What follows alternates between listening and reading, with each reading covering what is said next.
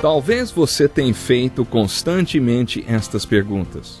Onde posso encontrar refúgio num mundo cheio de conflitos? Ou, como e onde posso encontrar força para vencer nesse mundo que oferece tantas derrotas? Acompanhe agora com o pastor Edson Bruno mais um programa Encontro com a Palavra.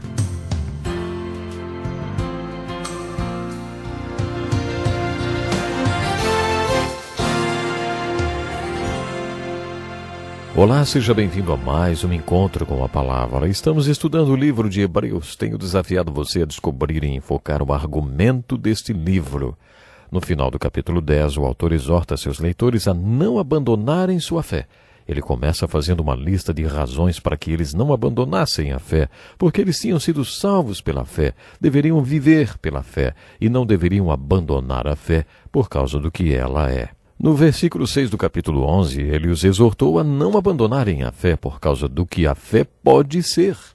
Sem fé é impossível agradar a Deus, pois quem dele, referindo-se a Deus, se aproxima, precisa crer que ele existe e que recompensa aqueles que o buscam.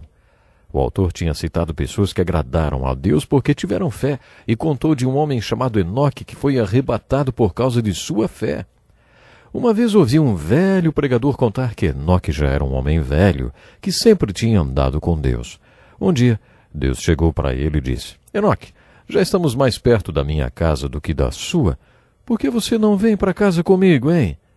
Aí então Deus simplesmente levou Enoque para casa, no céu. O autor de Hebreus diz que Deus levou Enoque, porque Enoque agradou a Deus. Abel também teve fé, e Deus deu testemunho de justiça de Abel. Portanto, pela fé, você pode assumir uma posição na qual Deus declare que você é justo, porque o agradou com a sua fé. O autor finalmente conclui este argumento dizendo que, sem fé, é impossível agradar a Deus, pois quem dele se aproxima precisa crer que ele existe e que recompensa aqueles que o buscam. Jesus disse: peçam, e lhes será dado, busquem e encontrarão, batam e a porta lhes será aberta. Jesus também acrescentou uma promessa, pois todo o que pede, recebe, o que busca, encontra, e aquele que bate, a porta será aberta. Se você não está recebendo nem encontrando, e se a porta tem ficado fechada para você, alguma coisa deve estar errada com a maneira como você está pedindo, buscando ou batendo. Jesus disse que todo o que pede, todo o que busca e todo o que bate, todos têm resposta. Encontramos o mesmo conceito em Hebreus. Se você se aproxima de Deus, deve crer em quem Ele é. Isso é fé. E você deve crer que Ele recompensa aqueles que o buscam diligentemente. E o que significa buscá-lo diligentemente? Jesus falou sobre ficar pedindo, ficar buscando e ficar batendo. Buscar é pedir intensamente, bater é buscar insistentemente, que significa oração persistente. É este tipo de oração que Jesus ensina em suas parábolas. Deus disse ao profeta Jeremias: vocês me procurarão e me acharão, quando me procurarem de todo o coração. Novamente, o argumento do livro de Hebreus é: não abandone sua fé, porque sem fé você não consegue agradar a Deus e nem se aproximar dele. Por isso, não importa o que aconteça, não abandone a sua fé. Continuando este capítulo da fé, o autor apresenta algumas evidências cristãs muito importantes. Estas evidências cristãs referem-se às pessoas que tiveram fé. Você ainda lembra um pouco das suas aulas de gramática? Sabe identificar um verbo? Então leia o capítulo 11 e sublinhe todos os verbos que são as palavras que indicam ação. Depois que fizer isso, terá diante de você um sermão sobre fé. Todos estes heróis de fé foram pessoas que fizeram alguma coisa.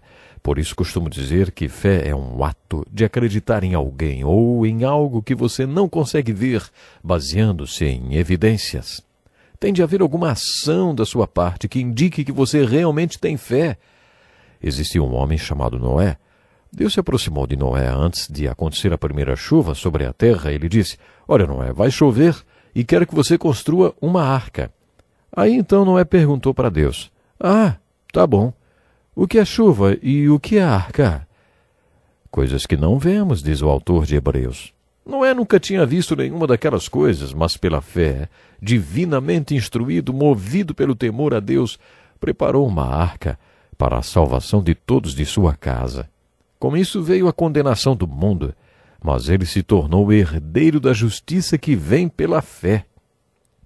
Foram necessários 120 anos para construir aquela arca. Nunca tinha chovido antes. Nunca ninguém tinha construído qualquer coisa parecida com uma arca. E Noé levou 120 anos para construir aquela arca que mais parecia um avião cargueiro.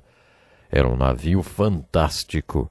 Enquanto construía, Noé falava da justiça de Deus, mas ninguém acreditava. Um dia a porta da arca se fechou e a chuva começou a cair. E a água começou a subir. A única forma de se salvar era através daquela arca. Segundo o apóstolo Pedro, a arca é uma figura da salvação. Nesse capítulo de Hebreus aprendemos que Noé é uma figura de fé, do que significa a fé e do que a fé pode fazer. Pela fé, Noé é avisado a respeito de coisas que ainda não se via.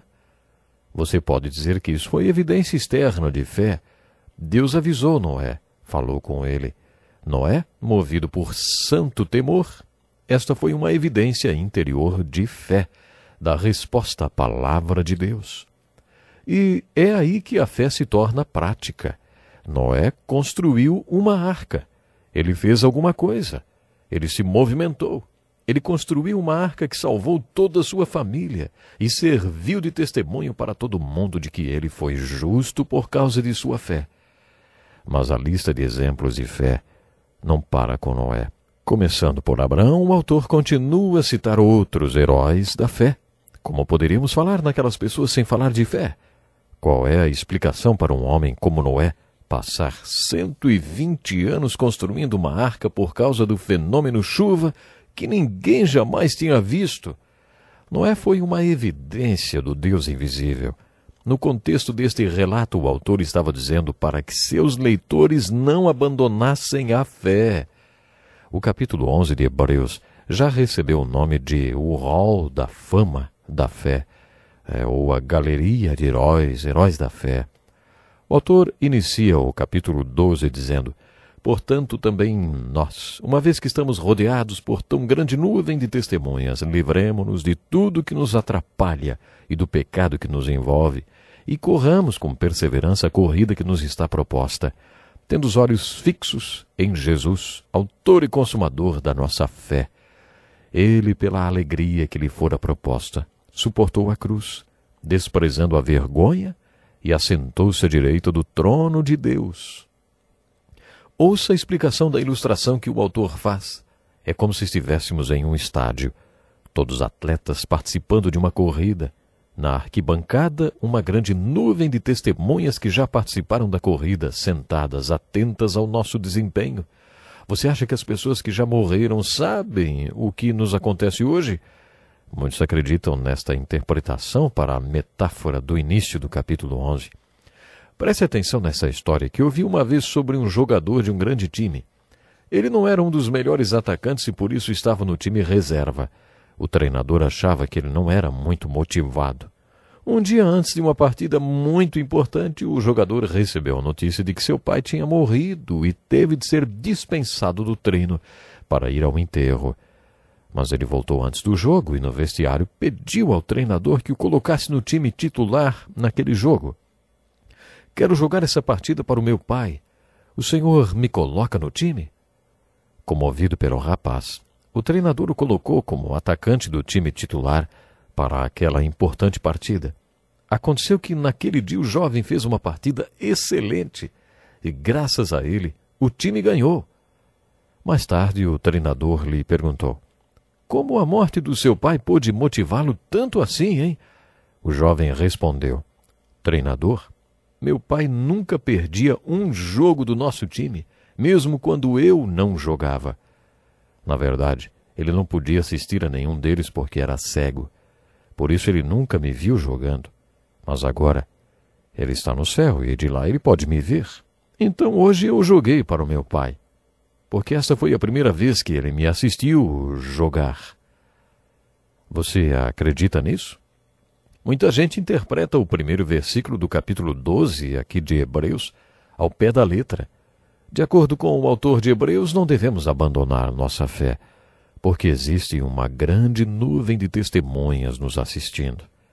A partir do capítulo 12, o autor encerra sua argumentação e começa a fazer aplicações tremendas de todo o seu ensino. Você está lembrado que, quando estudamos o livro de Jó, fizemos um estudo sobre as 30 razões pelas quais Deus permite que seu povo sofra? Naquele estudo mencionamos o capítulo 12 de Hebreus, em que o autor afirma que às vezes a razão para você estar sofrendo é que você está sendo castigado. Às vezes a razão do nosso sofrimento é alguma disciplina que Deus está aplicando em nossas vidas. A Bíblia afirma que Deus castiga o filho que ama. Mas quando você vir alguém sofrendo, não se precipite em dizer que a pessoa está passando por um castigo por causa de algo que fez, porque pode ser que não seja esse o caso. Mas, de acordo com este autor, se você está sofrendo porque está sendo disciplinado, o seu sofrimento é uma confirmação de que você é um filho de Deus. Imagine que você veja algumas crianças aprontando e falando palavrões no seu quintal e você diga à sua esposa: "Se fossem meus filhos, eles iam ver." Aí sua esposa se vira e diz: "Mas, querido, estes são os seus filhos." Você ia se levantar e tomar alguma atitude com eles só porque são os seus filhos, não ia? Se não fossem, você não teria nenhuma responsabilidade sobre eles. Mas são seus filhos e é você quem deve discipliná-los. Esta é a argumentação do capítulo 12. Suportem as dificuldades recebendo-as como disciplina. Deus os trata como filhos. Se vocês são disciplinados, então vocês são filhos legítimos. Deus nos disciplina para o nosso bem, para que participemos da sua santidade. Apocalipse 3,19 diz: "Repreendo e disciplino aqueles a quem eu amo. Por isso seja diligente e arrependa-se. Eis que estou à porta e bato." O que está batendo à porta da sua vida? Às vezes os problemas são um castigo de amor do Pai do céu que está tentando chamar nossa atenção. Segundo o autor, esta disciplina produz fruto de justiça e paz para aqueles que por ela são exercitados. Depois de falar sobre disciplina, o autor faz uma profunda exortação sobre hospitalidade. Não se esqueçam da hospitalidade. Foi praticando-a que, sem o saber, alguns acolheram anjos. Depois ele fala para que nos lembremos dos prisioneiros como se estivéssemos presos com eles. E o autor conclui esta maravilhosa obra-prima com uma exortação para que obedeçamos aos pastores responsáveis pelo nosso bem-estar espiritual. Que pena, temos que terminar. Deus lhe abençoe. Que lição importantíssima. Obrigado, pastor Edson Bruno. Prezado ouvinte, coloque em prática o que você ouviu aqui. Sem dúvida, sua vida será grandemente abençoada. Este é um estudo escrito pelo Dr. Dick Woodward, na voz do pastor Edson Bruno. Escreva-nos e solicite o material. Nosso endereço é Encontro com a Palavra, Caixa Postal 2011, CEP 89201-970, Joinville, Santa Catarina. Até o nosso próximo encontro com a Palavra.